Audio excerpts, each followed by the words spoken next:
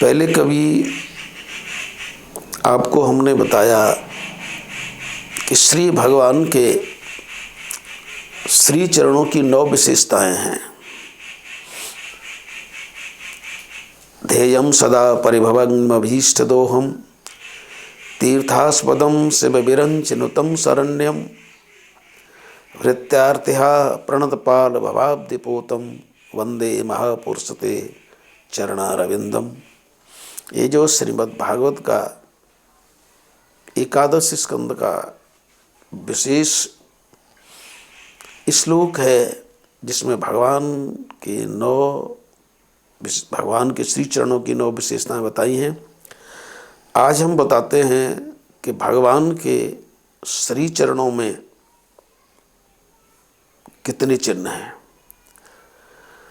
भगवान के श्री चरणों में 32 चिन्ह हैं। आज हम श्री भगवान के 32 चरण चिन्हों में से 8 की विशेषता बताएंगे। असल में आप जटायु को याद करें, घायल हो गया है और गोस्वामी जी कहते हैं, आगे परा गीधपति देखा सुमिरत राम चरण चिन्ह रेखा। भावाग जटायु भगवान श्री राम के चरण चिन्हों के स्मरण का अवलंबन लेकर जीवन धारण कर रहे हैं कि वे आएंगे मेरे पास, मैं उनको देखूंगा। तो जटायु श्री भगवान के चरण चिन्हों का ध्यान करते हैं।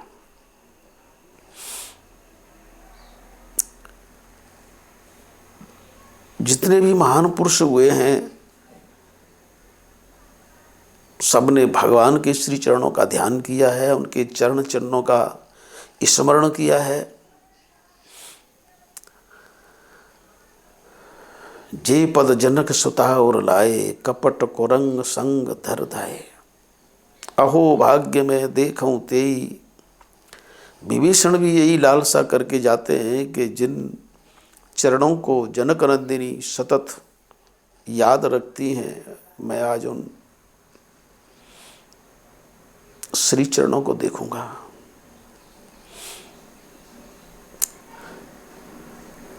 जिन चरणों से पवित्र हुई पादुका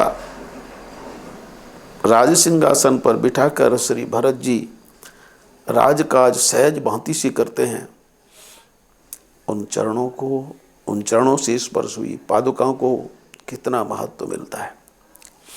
तो आइए हम भगवान के 32 चरण चिन्हों में से 8 का स्मरण करें। भगवान के श्री चरणों में एक चिन्ह है स्वस्तिक।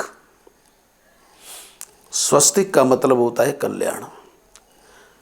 भगवान के श्री चरणों में अंकित ये चिन्ह स्वस्तिक का बतलाता है,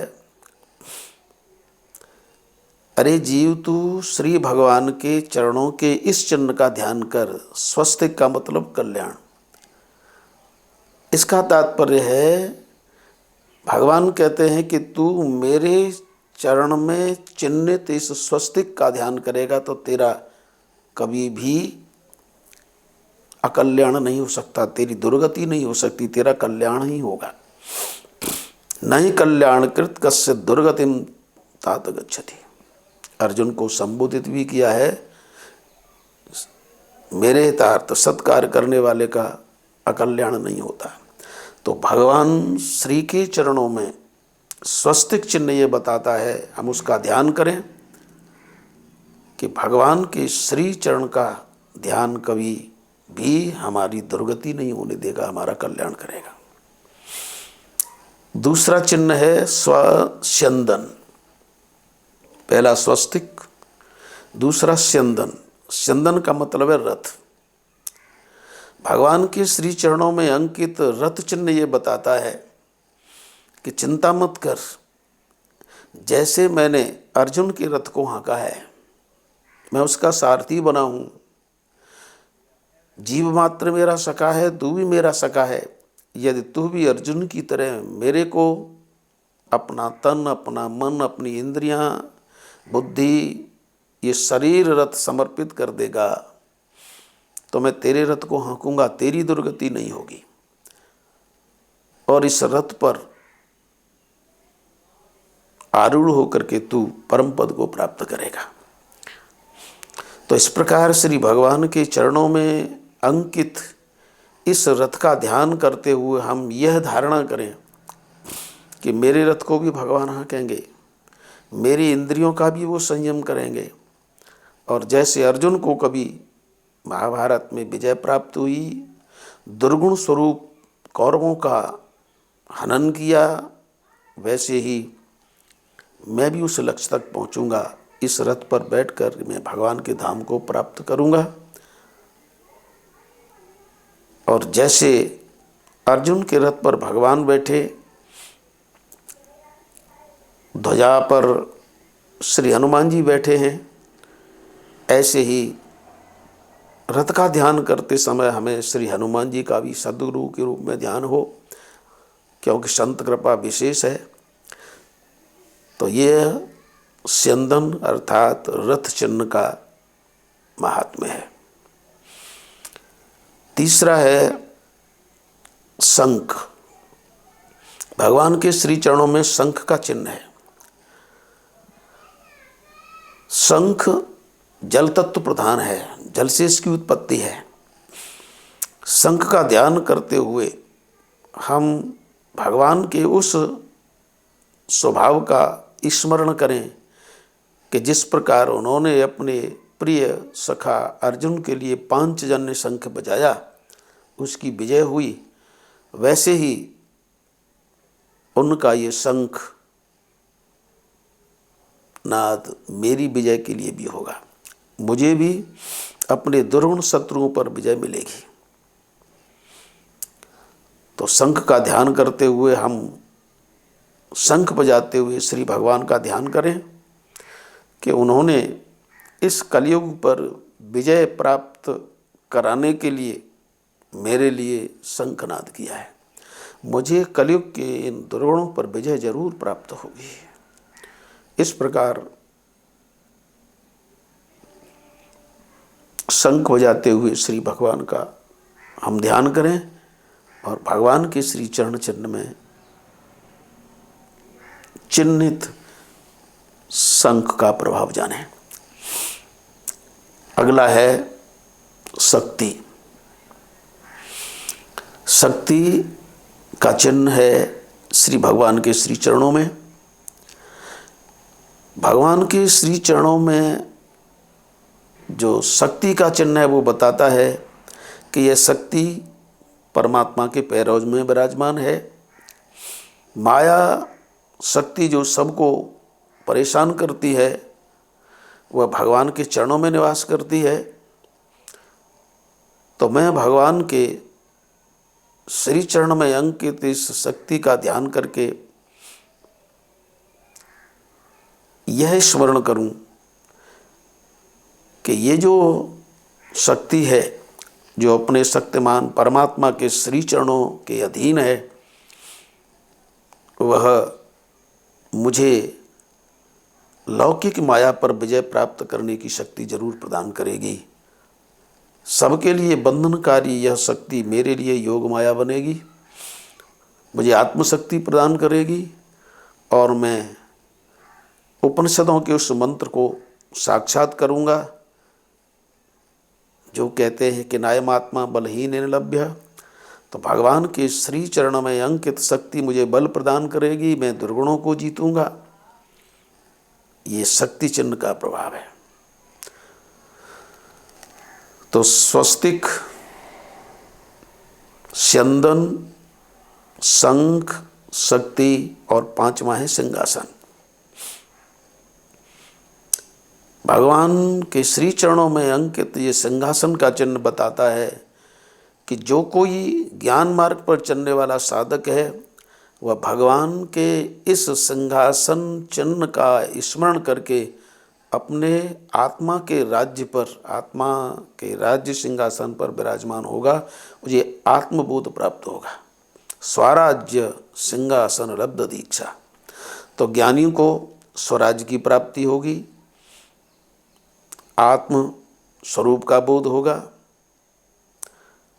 और यदि कोई भक्त मार्ग का पथिक है तो वह यदि ध्रुव की तरह ये विचार करे कि जिस प्रकार ध्रुव को राज्य सिंहासन मिला, उसी प्रकार यदि मैं भगवान के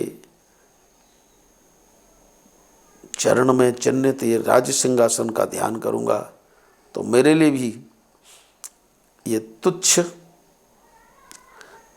भोगों का सिंहासन तो क्या, मैं भगवान के बैकुंठ में विराजमान सिंहासन को प्राप्त करूंगा, मुझे विष्णु पद की प्राप्ति होगी। और यदि प्रेमियों से जब पूछा जाता है कि भगवान के श्री चरणों में ये सिंहासन क्या इंगित करता है, क्या संगीत करता है, तो प्रेमी भक्त कहते हैं कि जिन गोपियों ने भगवान के श्री चरणों का ध्यान किया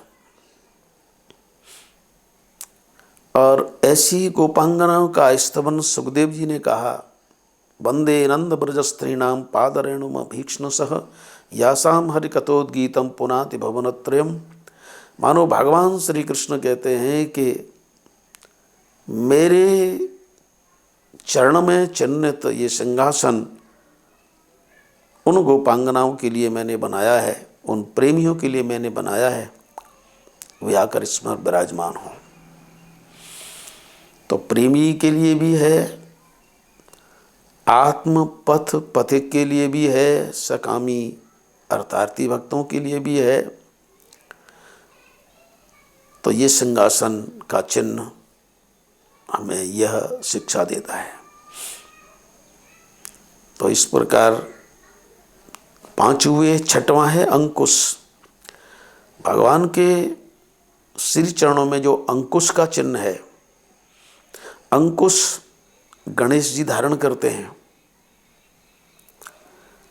अंकुश का चिन्ह हमें ये बताता है कि हम यदि भगवान के चरण में चिन्हित इस अंकुश का ध्यान करें तो अपनी इंद्रियां और मनों पर, इंद्रिय और मन सब पर अंकुश कर सकते हैं, नियंत्रण कर सकते हैं। उनकी कृपा से मैं संयमी बनूंगा। और जैसे अंकुश गणेश जी के हाथ में रहता है, वैसे ही मैं भी गणेश के समान बुद्धिमान बनूंगा। तो गणेश मुझे बुद्धि प्रदान करेंगे, गणेश जी के समान बुद्धिमान होऊंगा, इंद्रियों पर नियंत्रण होगा। यह अंकुश का है। तो ये 6। अगला है कमल, अब्ज। ये कमल जो भगवान के श्री चरणों में अंकित है, इसका ध्यान करके हम यह निश्चय कर लें कि श्री भगवान की कृपा से हमें असंगता प्राप्त होगी। क्योंकि ये संग दोष, ये आसक्ति न जाने कब से हमें संसार में भ्रमित कर रही है, जन्म मरण के चक्कर में डाल रही है। तो हम यदि कमल का ध्यान करें तो हम कमलवत असंग होंगे। अगले कमल का ध्यान करते हुए हम ये भी विचार करें कि कमल से कमला निकली हैं, लक्ष्मी निकली हैं, तो मेरे पास सांसारिक आवश्यकताओं की पूर्ति के लिए भी कोई कमी नहीं रहेगी। ये कमल से अगली शिक्षा है, उसका अगला प्रभाव है। कमल की एक विशेषता ये भी है कि कमल ने ब्रह्मा को बनाया है, ब्रह्मा ने कमल को नहीं। तो मैं यदि भगवान के श्री चरणों में चिन्हित कमल का ध्यान करूँगा तो मैं भौतिक न होकर के दैवीय सद्गुण संपन्न होऊंगा, भौतिक भाव मेरे दूर होंगे। तो इस प्रकार एक एक चिन्ह का स्मरण मंगल देने वाला है। इन 7 का आज हमने स्मरण किया। शेष आगे। बस इतना ही। श्री राम जय राम, जय जय राम, श्री राम जय राम, जय जय राम।